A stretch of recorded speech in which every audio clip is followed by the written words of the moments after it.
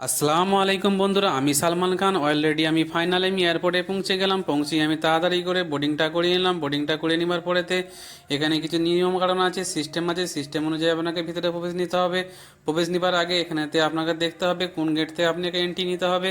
তো এই ভিতরে প্রবেশ করার আগে এই সামনের দিকে আমাকে গেট দেখতে পাচ্ছি, এই গেট থেকে আমাকে প্রবেশ নিতে হবে। প্রবেশ নেবার আগেতে আপনাকে এখানে ফেস স্ক্যান করতে হয়। ফেস স্ক্যান আমার সামনে একটা মহিলা, ভদ্র মহিলা ফেস স্ক্যান করছে। কীভাবে করছে আপনারা দেখতেই পাচ্ছেন।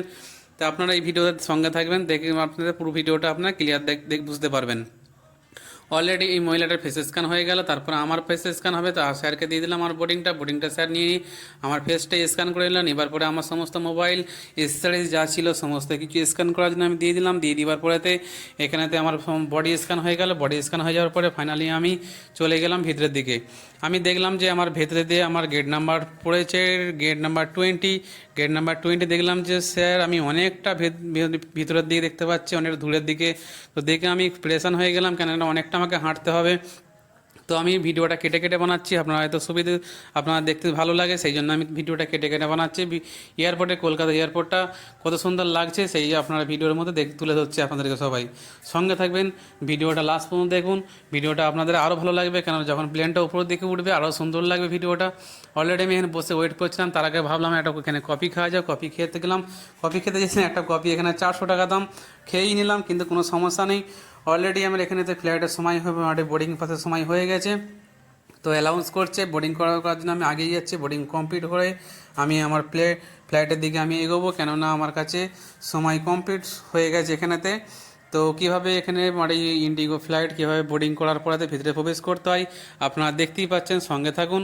তো অলরেডি এখানে একটা ফ্লাইট আপনারা দেখাচ্ছি, দিল্লি থেকে এসে এখানে ফ্লাইটটা খালি করছে।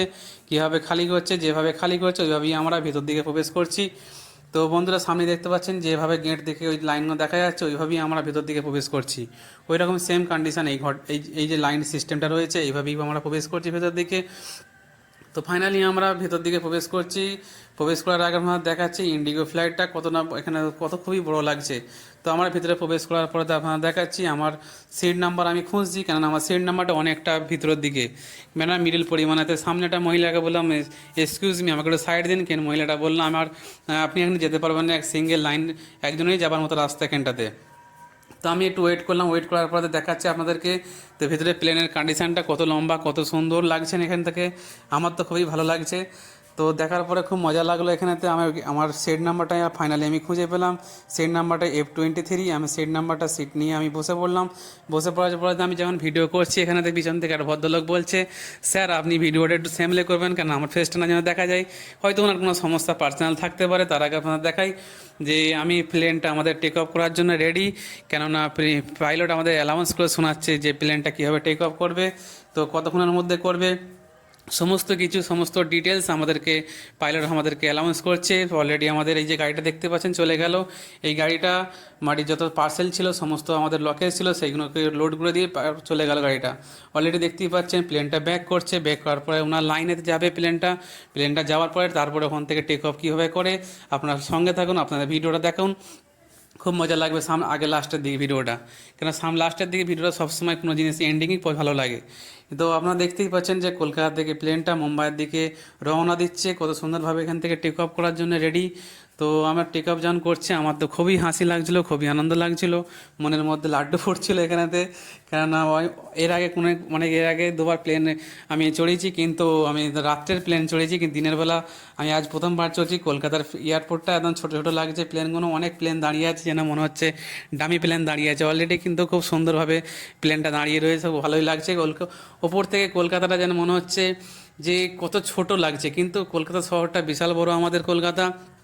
তো কলকাতার এই ওপর থেকে দেখতে পাচ্ছেন যে পলিউশনে পুরো বুঝাই আমাদের কলকাতা, পলিউশনে পুরো কলকাতাকে পুরো ঢেকে রেখেছে। মানুষ ভবিষ্যতে কী হবে তা জানা নেই, মানুষ অনেকে রোগে আক্রান্ত হয়ে যাচ্ছে। যাই হোক আমি অলরেডি কলকাতা ছেড়ে চলে যাচ্ছি, মুম্বাইয়ের দিকে রওনা হচ্ছি।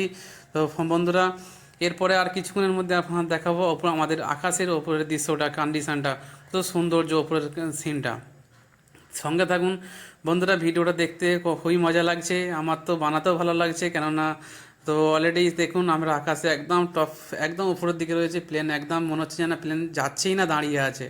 কেন অলরেডি প্লেন কিন্তু খুব গতিতেই যাচ্ছে এখানেতে, কেননা মেঘের যেগুলো ভিডিওতে আপনারা দেখতে পাচ্ছেন মেঘটা অতটা সহজ নেই, কিন্তু মেঘের আমরা মেঘের পাহাড় দেখতে পাচ্ছি এখান থেকে।